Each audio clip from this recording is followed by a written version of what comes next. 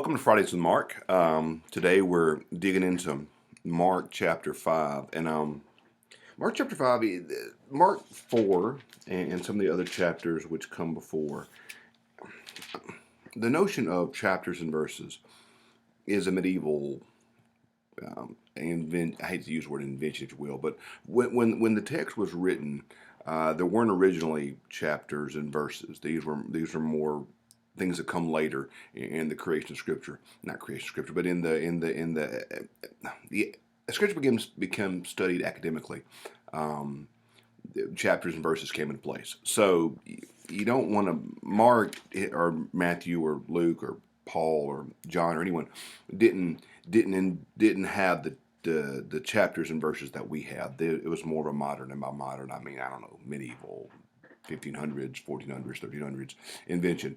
So I'm saying that to say this. Where I'm going with this is Mark 1, 2, 3, 4 have shorter passages. You'll have 5 or 6 passages, different sections. Mark 5 really only has 2 sections to it. The first is the healing of the demoniac in the cemetery. The second is the healing of the two often called the 2 daughters. In the end of the chapter. So really only 2 sections, but within that, a lot of stuff is happening in these 2 sections. So we'll just kind of take a little bit deeper look at Mark 5 today. I love the first story where Jesus heals the demoniac, and I mentioned this in our daily readings. Growing up, my grandmother, when I'd go stay with her, she would always tell me, "Don't go outside at night because the boogeyman's out there." And so I was afraid to go outside at night. For good Jewish mamas, they would tell their children, "Don't cross the sea, because you cross the sea, you're going to find Gentiles, and they're going to have pigs, and they're going to have cemeteries." So the Jews did not, the cemetery and death were signs of the fall. When Adam and Eve fell, they died. And so death was one of the things that was most unclean. So the Jewish mamas would say, "Don't go across the sea because you'll find Gentiles, which are unclean.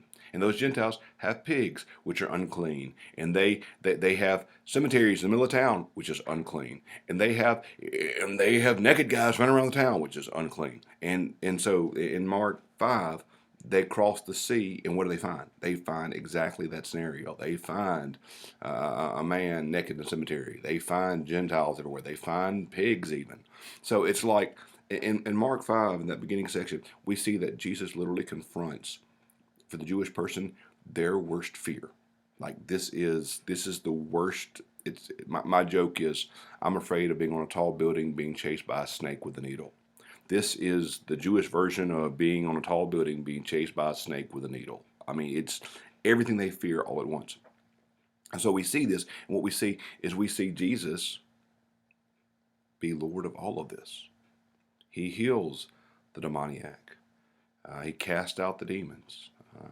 The pigs are. We see the pigs be destroyed, and there's a lot of a lot of questions about, why the pigs, and a lot of different opinions. I've always liked to think it just shows the destructive power of evil.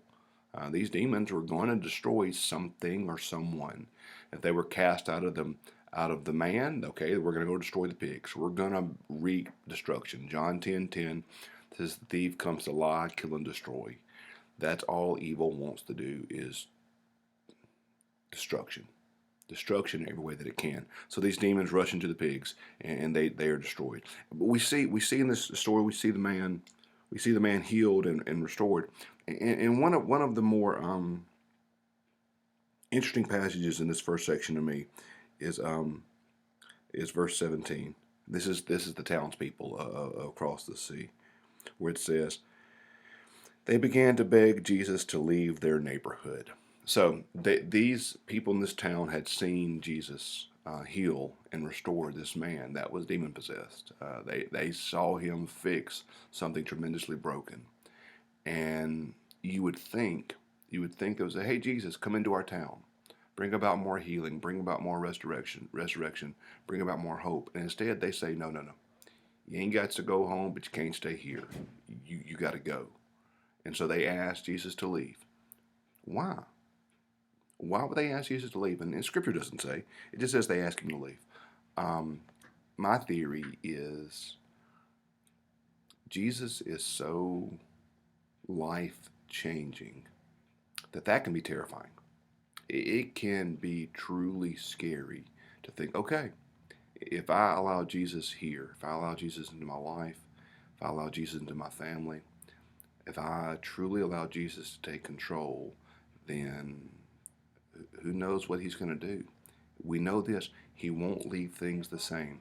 Jesus is not one to leave things as they are. He's always bringing life and hope and resurrection and peace and change. And so, like the old saying, sometimes, better the devil you know, the devil you don't know. Jesus is different. And nowhere in Scripture does he call his followers to stay the same. It's just not what he does. He's calling us to follow him, to chase after him, to grow, to change, to be different. And that, frankly, is it's scarifying. That's one of my favorite words I made up at Asbury. Terrifying. To think about being changed. Because reality is most of us are pretty comfortable. We have areas in our life and issues that we would like for Jesus to fix.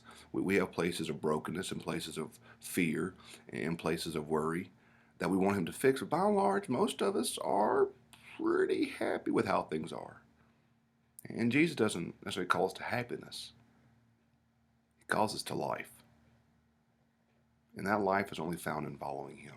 So we see Jesus heal this man.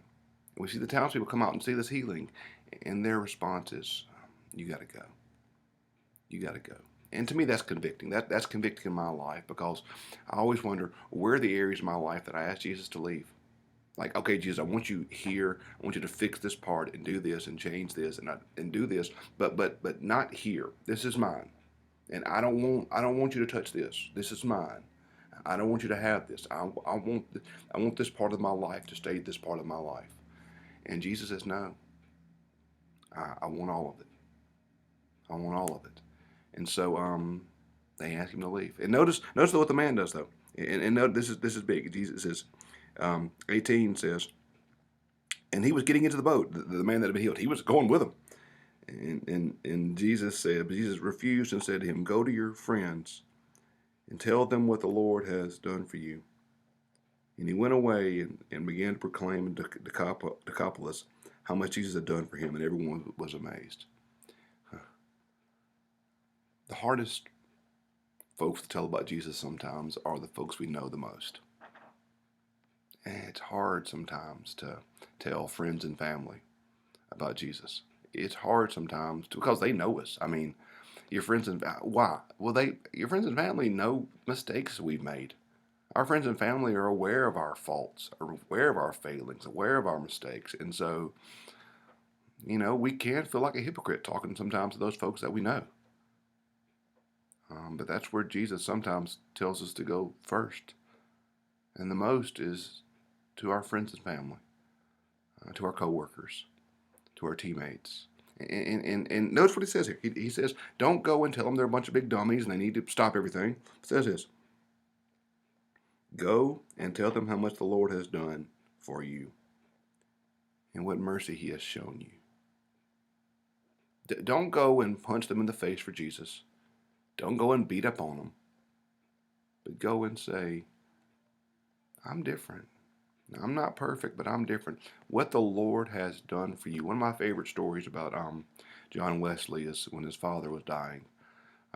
John and Charles return home, and Samuel, John's father, takes him by the hand in the last moments and says, the inner witness, son, that is the evidence of God. Like the old hymn goes, you ask me how I know he lives within my heart. The greatest, you and I are the greatest, I hate to use this word, advertisements for Jesus there is. Our lives, our words, who we are. And Jesus calls this man not to go to a far-flung place, but to stay home and tell others about Jesus. So in our lives, Jesus tells us to go to faraway places to serve, to Jerusalem, Judea, Samaria, and the ends of the world, it says in Acts 1. But he also calls us to do something sometimes just as hard, and that's to tell the folks we know about him with our words, with our lives. So I love the story here. I love the story, and it really convicts me about where the places in my life that I don't want Jesus to have control of, and how do I need to give them to him. So that's the first section. The second section really is two stories. Mark does this sometimes. Mark will kind of have two, you know, almost like a trilogy. Almost like a trilogy, I was going to say. But we see that Jesus starts off in the first part of the section where he's called to heal Jairus' daughter. Then we see on the way to healing Jairus' daughter in verses 24 through 34, we see him heal a woman who had been hemorrhaging blood for many years. And then in the text, in the passage, we see him healing Jairus' daughter. And this is sometimes called the healing of the daughters, because both of these women were daughters. Jairus' daughter was obviously Jairus' daughter. We don't know her name. And then the woman, we don't know her name either. And Jesus heals both of them. And the woman in verses 24 through 34 who had been bleeding, man, life makes you desperate, doesn't it? She literally, what she did in verses 24 through 34, she could have been punished. I don't know that she could have been stoned to death for it, but I know a woman should not touch a man in public. I know a woman who is someone who is bleeding is unclean. And an unclean woman touching a rabbi would have been one of the greatest offenses that you could make. But she was desperate, and she had faith. She had faith that Jesus could heal her. And so we see, contrast her and her faith that Jesus could heal versus what happens with Jairus' daughter in verse 40, where in 39 Jesus says the child's not dead but sleeping, and 40 says they laughed at him. So the Jairus was it says that he was one of the leaders of the synagogue, meaning that he was a very important, very, very, very strong person in the synagogue, and most likely the folks that were there with his family would have been leaders in the synagogue, would have been very strong Jews. And so these religious folk, when Jesus says, I'm going to bring her back to life, they laugh. While the woman who basically breaks the religion by touching him has faith. And notice what Jesus says. He says in 34, he says, daughter, your faith has made you well. Go in peace and be healed of your disease. This is a story of faith. A story of faith. She had faith that Jesus could bring healing. And sometimes these two stories, we've got to decide which route are we going to go. Are we going to keep that radical, otherworldly, almost ridiculous faith of the woman and says, I know it's bad, I know it's hard, I know it's a challenge, I know people are going to judge me, I know I'm going to look crazy, I know I could even get in trouble, but I believe Jesus can make a difference? Or are we going to take the faith of the other religious leaders and say, she's dead, it can't change? What type of faith do we have this morning? What type of faith do we want to have? Do we want to have the faith of the woman that says, yeah, I'm gonna believe. I know it's bad, and I know it's a challenge, and I know it's scary, and I know I shouldn't do it, but I believe, I truly believe if I can just but touch Jesus, he will heal me. Or we choose to say, there's no way Jesus can help with this. Jesus brings life. Jesus brings life. And we never need to stop believing that. In the world we live in, I was thinking it's Friday the 2nd. I tend to not believe much on Facebook. I tend to kind of be a little distrusting of anything I see on there, and so anytime I see, and it was yesterday, October 1st was they had that tragic shooting in Oregon, and you just begin to see things pop up on Facebook that the shooter asked individuals were they Christian, and then shot them if they were, and I began to think, oh, that's just a Facebook thing. It probably didn't actually happen, yada, yada, yada. And then I began to read more like, oh, wow, it actually happened. And so you think about the faith these individuals had in Jesus. You think about the faith of individuals in the Middle East that are confronted with ISIS and their faith. And Tertullian was one of the other church fathers. He said that the blood of the martyrs is the seed of the church, and that that sincere faith to say, you know what, I don't know how life's going to turn out. I don't know all the answers, but I know that Jesus is truth, and Jesus is life, and Jesus is peace, and I'm going to choose Him over everything. And I think for those of us in the West, sometimes I think for those of us where we are, we have so many voices pulling at us, so many things drawing our attention, so many things that are telling us they are life, and they're not. Only Jesus is life. And if we place our faith, place our supreme faith, in these things, we're going to be left empty. But I just got to believe, even in times of fear, even in times of doubt, even in times of trouble, even in times when we don't know what to do, we don't know what choice to make, even when we don't know that we'll have the courage to choose right, we just got to choose Jesus. We got to, because He alone is life. He alone is peace. And He alone is purpose. So today, I don't know what you're facing. I don't know what your day looks like. I don't know what your week looks like. I don't know what your weekend looks like. But I believe this. I believe that if we choose Jesus, I know this, that He will never let us down, and that we will find so much more life in Him than anything else we could ever seek. So today I pray for you that no matter where you are, that you choose Jesus. And I know that He will never leave our side, never leave nor forsake us, and never abandon us, no matter what happens. So, thanks for watching Today's Friday with Mark. I've enjoyed looking at Mark 5 with you, and hope you have a great day. If you're in the Jackson area, we'd love to have you worship with us here at St. Matthew's on Sunday. And I pray that God blesses you in all that you have to do today. Have a great day. Thanks.